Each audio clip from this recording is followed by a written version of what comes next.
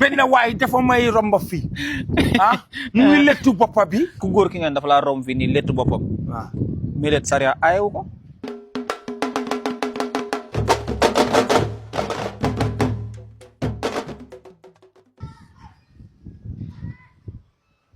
allo waaw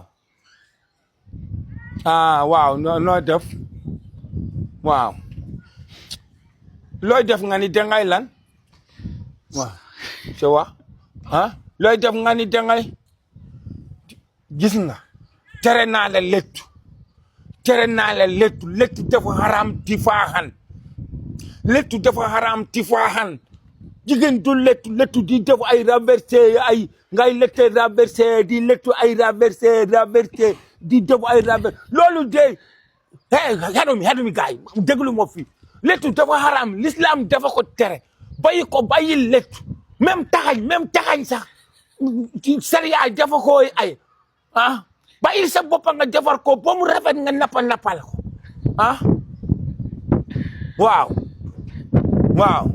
dafa loolu ma la wax de waaw d'accord waaw jigéen ñi naka di lettu di def ba pare li ma gën a na jaaxal na li ma gën a métti benn waay dafa may romb fii mu ngi lettu boppa bi yor kurus taxaw naa ma waa baay di def entraînement ma ne xoolal góor ngay lettu say boppa bi yooyu sariya dafa ko dakka tifaaxan da koo takk tifaaxan kay.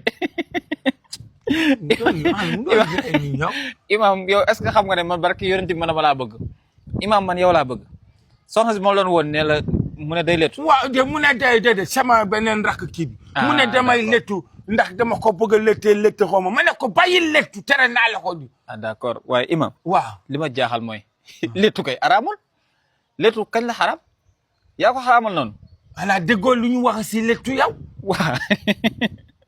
Alxuraan daf la ne la jigéen nañuy muur seen bopp. voilà muur la wax jigéen day muur kon kay wax nga wax bi. waaye nag jigéen day muur boppam. même buy muur boppam. waaw da ko war a lett ngir taaral borom këram xanaa xamoon ne jigéen mën na sa bët làmmiñam.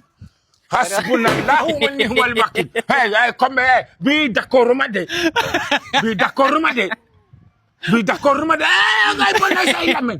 waa léegi bu fekkee pour bégal borom këram moo ko tax a jóg nag mun cee bégal borom këram noonu lañ ko may tam mu bën tamit jaaro noppam. may nañ ko ngir mën a jaaro noppam moom gis naa. beneen bi ci topp tam mooy. waaw ku góor ki ngeen dafa laa romb fii nii lettu boppam. waaw mais let sariya aayewu ko bu fekkante ne bii ne góor jubluwu ci di jigéen lu ndax sariya ki mu rëbb mooy nee na rëbb na góor buy jigéen lu. waaw rëbb na jigéen buy góorlu. waaw waaye góor bi nga xamante ne bii ne bi muy lettu. waaw jigéen lu taxu koo jóg. waaw góor boobu noonu kenn aayewu ko parce que wax nañ ne yonent bi sallallahu alayhi wa sallam. waaw da daan lettu boppam kon comme sang bi ma daan lettu boppam kon nag bu keneen lettoo ndax loolu day daal di xaraam ça dépend ci leen nga ci jublu rek bu dee jigéen lu nga ci jublu. yàlla rëbb na ko bu fekkante ne bii nag bi nga koy def nag jublu woo ci loolu noonu nag amul benn problème xamal lañ la tere. maanaam yokk sa bopp yokk ci dara loo xamante ne bii ne. ci feneen lay jógee maanaam kiy jokk yonent sallallahu alayhi wa sallam nee na kiy jokk. ak ka koy jokkal ñoom ñaar ñëpp seen kër mooy safara.